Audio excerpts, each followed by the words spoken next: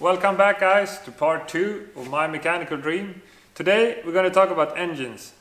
People who know me know that I had a very specific engine platform planned for this build, but if you also follow me on social media, you noticed that we decided to not go that route. So I thought it would be a little bit fun to actually discuss why we didn't go with the original plan, and also why we decided on going to the engine that we actually bought for this car. So let's get rolling on part 2.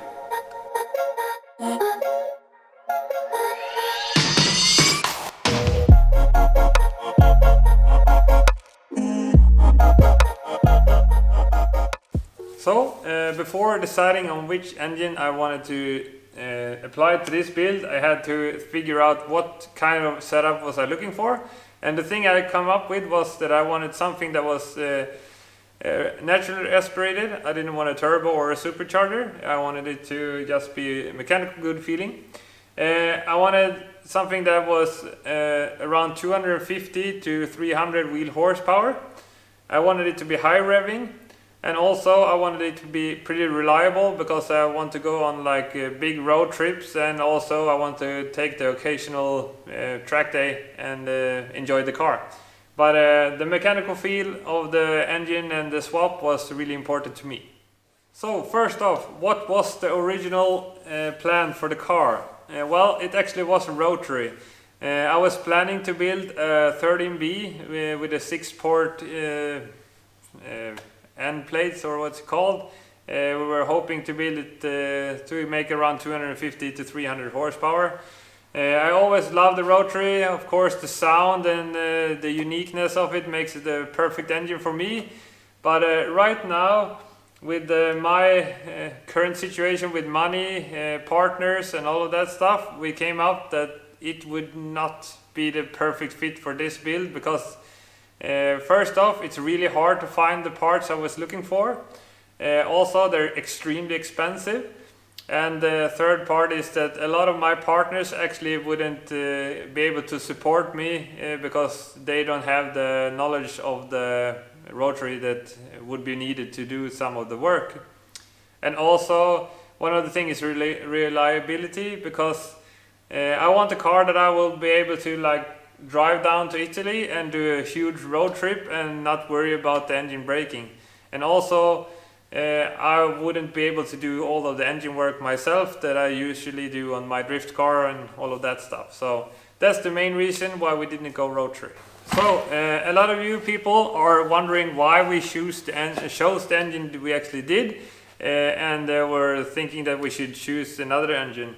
To just explain shortly about those engines as well, we were looking into the SR20, we also looked into the 4H engine and also into the 3S GE engine, the beams. We decided on not going for any of those because the availability of the parts, the engines, and also depending on how much you have to modify them to actually reach 250 wheel horsepower or 300 wheel horsepower, each of those options didn't seem good for me at the moment. So that's why we didn't choose them. Okay, let's spill the beans on what engine we'll be running. Some of you guys have already seen it on social media, and some of you will probably see it just by looking at the engine behind me. But I can tell you, we will be running a Honda engine in this build. I know a lot of you will be giving me shit about driving a Honda engine, but frankly, I don't care. After talking to my friend Joel Nyberg at ATK Drifttechnik, he used to run a MX-5 race car with a Honda S2000 engine in it. He actually heard me talking about different engine options and stuff, and he talked why aren't you using a Honda engine? Then we got talking about it a bit, and he actually offered me to get all of his spare parts that he's been laying around, or get a good deal at least, if I was actually deciding on going a Honda engine. So that was a good perk, and also he talked to me about some setups and stuff, and I started looking into it and finding some awesome swaps out there. One of the swaps that I actually got really hooked on was Third Strike Ben. He's an awesome fabricator from Australia, and you can find him here. He has a gorgeous AE86 and the car sounds great, handles great, and also looks the part. So check him out definitely, because that's one of the main inspirational cars for this build, I guess. So also when checking around, it's really not regular, but it's kind of easy to build around 250 wheel horsepower in a K24 and a K20, and that's kind of the main reason why we're actually going this route, because it's a proven recipe, it's reliable, and it's a great engine, and also it sounds exactly what I've been looking for if you go ITB. So as you can see, we actually have two engines here. Why did I actually buy two engines when I only need one? That is thanks to my friend Andres Wettergren. He hooked me up with a solid deal on two engines that ended up being a really good deal. First off, we have this engine. This is a K24 A3. This was suspected of having a blown head gasket, and it actually looks like that was the case. Otherwise, a really solid engine.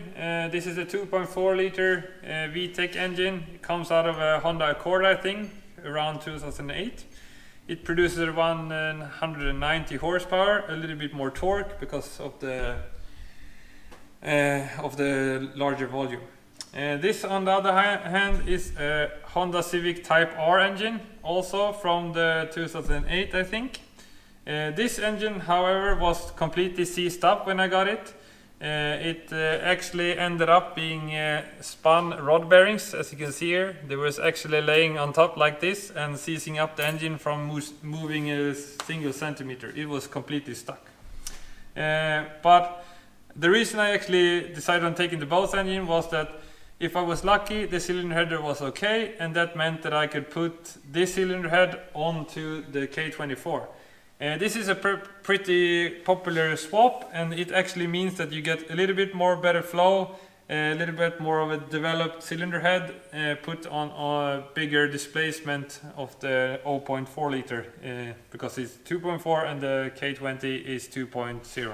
So that makes around 230 horsepower if I'm correct from reading on the internet. So again, huge shout out to Andres Wettergren for helping me out with such a solid deal. So what kind of modifications will we do to the engine? I have a few things that I want to do, but depending on which partners and stuff that come on board this project, we will see what happens. But the thing I want to do is I want to change to a lighter weight connecting rod and a lighter piston that has a higher compression rate. The reason I want to do this is because I want to raise the rev limiter of the K24 engine. Due to its long stroke and the weight of the piston and the rods, they usually don't want to rev them higher than 7,600 RPMs, and I definitely want to go higher than that. So reducing the weight of the rotating mass will help with that problem. And also we're going to change the springs and the retainers of the cylinder head to support the higher revs a little bit better. Then we're going to change to a rear wheel drive sump, of course, the oil sump. The reason we're changing to that is of course that the engine is meant stock to be sitting sideways in the car, and now it will be sitting in the, like an rear wheel drive converted car. And also at the same time we're going to change to a K20 A3 oil pump, because that seems to be the best pump to go with. Then we're also going to do a E85 conversion of the car. By doing an E85 conversion, we're getting the possibility of changing the EFI or ECU of the car in the Swedish road regulations, I guess. So we're actually going with M-Tron ECU in this car, SL4 system it's called. More info about that will be coming later, but I'm really stoked about that. It's a rad setup and excited to be going that way again. So yeah, otherwise we're going to be running a custom manifold to get that extra horsepower that we're looking for. And to be able to pass tech inspection, we'll also be going to be running a Honda S2000 intake, I think. when it's inspected and done, we will be converting the car to an ITB setup if everything goes to plan. So yeah, that's pretty much short terms of what we're going to do with the engine. I hope you enjoyed this episode.